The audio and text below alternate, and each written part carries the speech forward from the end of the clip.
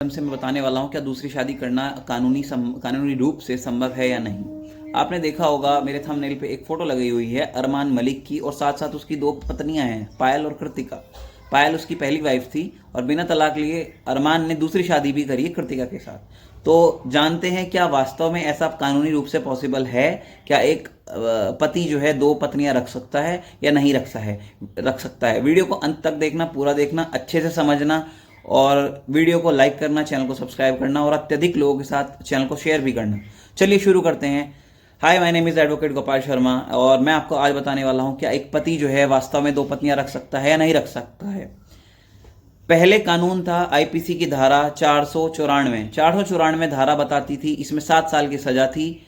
और जब 7 साल की सजा थी तो ये ऑफेंस ऐसा ऑफेंस था कि जिसको करते हुए लोग डरते थे, यानी कि अडल्ट्री एक क्राइम था पहले, but now days this is not a crime. और अब धारा जो है 494 से धारा 82 हो चुकी है, धारा 82 बीएनएस की भारतीय न्याय संहिता की धारा 82 कहती है अडल्ट्री को बताता है। ये अडल्ट्री होता क्या है मैं आपको बता देता हूं। इसको वो हिंदी में बोलते हैं जारता। इसको मैं बताता हूं आपको क्या है ये धारा बताती है कि आप अगर ऑलरेडी मैरिड हैं और आपकी पत्नी है, आप किसी और महिला के साथ में रिलेशन में आ रहे हैं ये जानते हुए कि वो महिला जो है आपकी पत्नी नहीं है, फिर भी आप उसके साथ रिलेशन मेंटेन कर रहे हैं, आप इसको कह सकते हैं लिव इन, या आप इसको कह सकते हैं कि रिलेशनशिप में आ गए। तो अगर आप इस तरह के कृत्य में हैं तो ये कहलाएगा अडल्ट्री, ये कहलाएगा जारता, ये अपराध होगा अंतर्गत धारा 82 ऑफ बीएनएस, भारतीय न्याय संहिता की धारा 82 में ये अपराध है। अब मैं आपको बताता हूं क्या इसमें एफआईआर दर्ज होगी। तो मैं आपको बताना चाहूंगा जी नहीं, इसमें एफआईआर दर्ज नहीं होगी। पुलिस कोई भी कंप्लेंट एफआईआर लॉन्च नहीं करेगी on the basis of adultery, जारकर्म के बिहाफ पे। तो क्या कर सकते हैं आप? तो आप अगर चाहते हैं कि आप जानते हैं कि आपकी पत्नी या फिर आपका पति अडल्ट्री में रह रहा है, लिव इन में रह रहा है, और जबकि वो मैरिड है आपसे और आपने उनको छूट भी नहीं दी है, या अगर लेट सपोज आपने छूट दे दी है, लाइक मैं बात कर रहा था अरमान को पायल ने छूट दे दी है कि ठीक है ओके फाइन, उनमें क्लैशेस रहे, मतलब काफी डिस्टरबेंस रहा है, वो सेपरेट भी रहे हैं, बट अगर पहली पत्नी के द्वारा परमिशन दे दी जाती है पति को कि okay fine, I am fine with this marriage, जो आप दूसरी मैरिज कर रहे हैं उसमें अगर आप वो परमिशन दे रही है, सहमति दे रही है, तब तो आप जो है दूसरी मैरिज कर सकते हैं। बट अगर वो परमिशन नहीं दे रही है तो on the basis of that, मैंने बताया आपको जारता, तो इस जारता के बेस पे क्या हो सकता है? इस जारता के बेस पे आप तलाक ले सकते हैं।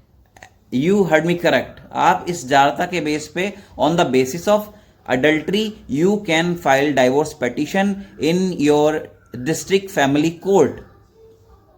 डिस्ट्रिक्ट कोर्ट में आप जो है फाइल कर सकते हैं केस को, और जब आप डिस्ट्रिक्ट कोर्ट में तलाक का मुकदमा डालते हैं आप इस बात को आधार बनाएंगे कि ये पर्टिकुलर व्यक्ति दूसरी महिला के साथ रह रहा है, या ये पर्टिकुलर लेडी किसी दूसरे इंसान के आदमी के साथ रह रही है, जबकि मैंने कोई परमिशन नहीं दी है, मेरा कोई परमिशन नहीं है।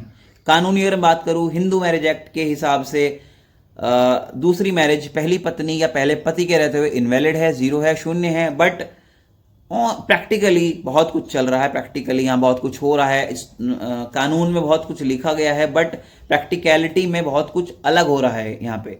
ठीक है, तो मैं बात कर रहा था सेक्शन 13 में आप जाके पिटीशन फाइल कर सकते हैं on the basis of adultery को आप ग्राउंड बना के पिटीशन मूव कर सकते हैं कि मेरा जो पति है या पत्नी है किसी अदर महिला के साथ में वो जो है रिलेशन मेंटेन कर रहे हैं, अलग रह रहे हैं, मुझसे अलग रह रहे हैं, अब जो है मुझे को तलाक चाहिए। तो आपको उसमें काफी एविडेंसेस इकट्ठा करने पड़ेंगे। ये नहीं कि आपने आप वर्बली कह दिया मेरा पति जो है किसी के साथ लग रहा है और आपके पास में कोई एविडेंस है नहीं और आपने जाके केस कर दिया, तो देखो भाई 2-3 साल आपके बर्बाद हो जाएंगे और आपका केस जो है डिसमिस हो जाएगा, तो कोई लाभ नहीं है। तो अगर आपके पास एविडेंस है तो आगे बढ़ें, आप जो है तलाक पिटीशन फाइल कर सकते हैं on the basis of adultery. और एविडेंस होना बहुत बहुत बहुत मैंडेटरी है। अगर नहीं है तो टाइम वेस्ट होगा, 2 से 3 से 4 से 5 साल आपके बर्बाद हो जाएंगे, कोई लाभ फायदा नहीं होने वाला है। बट अगर आपके पास में प्रूफ है तो आपको इजीली डाइवोर्स मिल सकता है। तो ये वीडियो अगर आपको अच्छी लगी हो तो चैनल को लाइक करिए, वीडियो को शेयर करिए और चैनल को सब्सक्राइब भी करिएगा। थैंक यू, शुक्रिया सो मच फॉर वॉचिंग।